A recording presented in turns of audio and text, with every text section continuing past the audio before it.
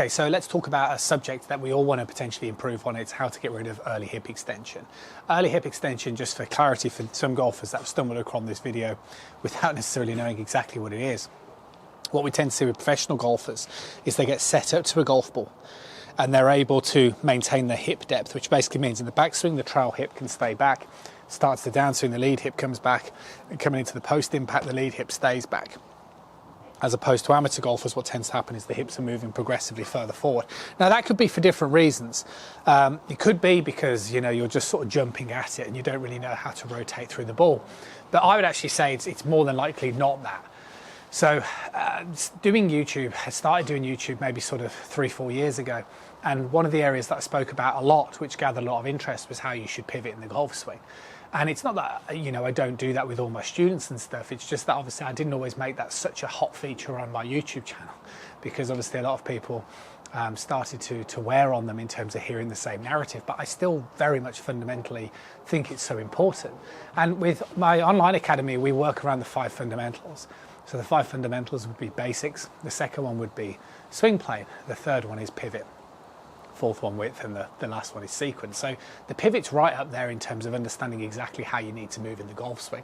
So it's something that I tackle on very much a day-to-day basis, and I thought it'd be something we could revisit because I didn't realise it had been so many months since I talked about the subject in an element of detail.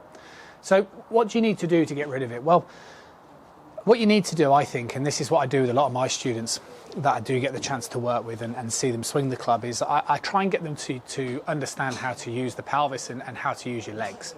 And that's what I want to try and prioritise in this video, because for some golfers, when they can, early hip extension, I think, is better identified as a loss of hip depth, which basically means if we draw a line on the back of my hips here, some golfers sort of move like this in the backswing, so they lose the hip depth. So they might start the downswing okay, but they're already moving forward because of the backswing.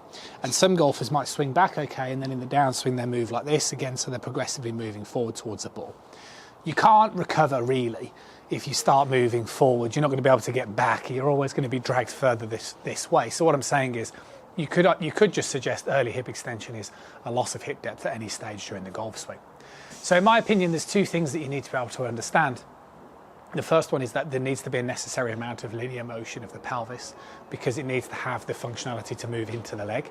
So my pelvis needs to move slightly to my right and slightly to my left in the golf swing.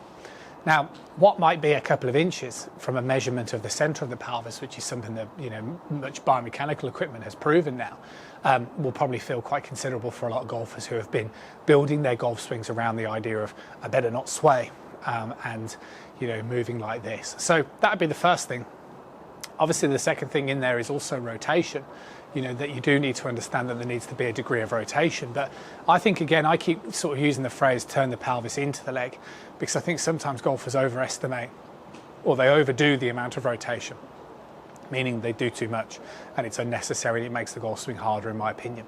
So anyway, let's get into the idea of how you would practice linear motion. So the first thing I'd get you to do is flexing the legs, going in towards your golf posture, keeping your head very still or stable, and just allow the pelvis to move from right to left.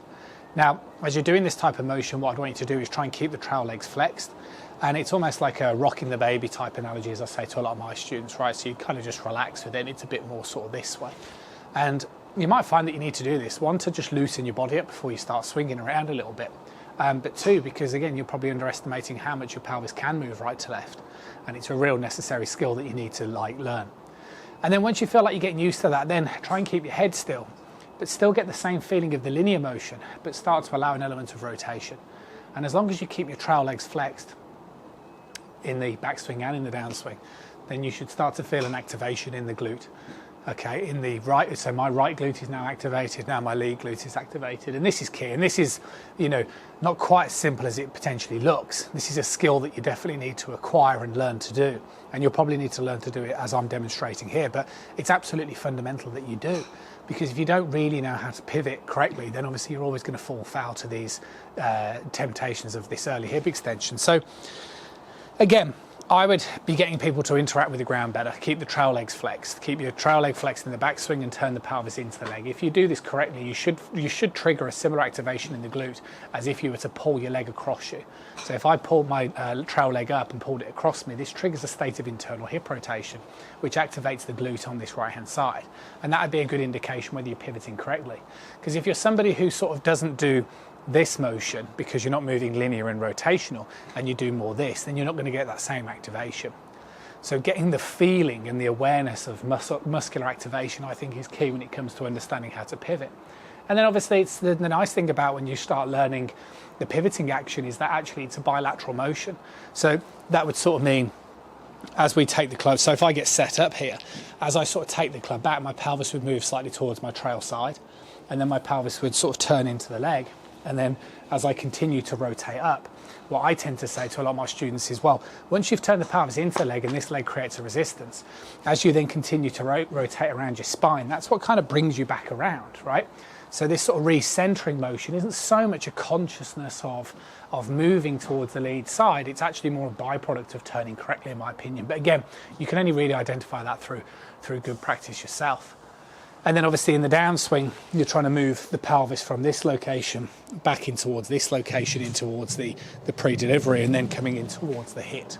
So again, it's a sort of complicated subject, and I don't want to get too lost in terms of, doing anything other than the explanation of what early hip extension is. So the key things that you ultimately want to practice, the first one is, whilst in your posture, you want to focus on the amount of linear motion and grow comfortable moving your pelvis from right to left whilst keeping your legs flexed, like so. And then as time goes on, you can quickly then start to turn that into a rotation. Again, as you can see here, I'm keeping my legs flexed, and that helps me create that interaction with the ground. But what it also does is it really helps me turn the pelvis correctly, triggers that activation in the glute, and it gives me that awareness. That's my backswing, this is my pre-impact. That's my backswing, this is my pre-impact. And obviously doing both of these motions quickly means that you're going to be able to eradicate that temptation to early hip extend, because otherwise, if I move like this, I'm not going to be able to get that level of activation. So this video should help, I hope. It should help you understand if you're somebody who sort of turns over the leg, you're not going to get the feeling of the activation in the glute. So I would purely practice those two things first. Try and keep those legs flexed, understand the importance of linear motion. Yes, rotate to activate the glute. And then as you start to become more aware of these types of movements and you get some repetitions into your belt, then you can walk into a practice session and try and get the feeling of how to pivot better, like so and like so. And like with many students that I've worked with and I'm currently working with, early hip extension can become a thing of the past if you understand exactly what to do and you can do the drills first and foremost and progress that from there. See you soon.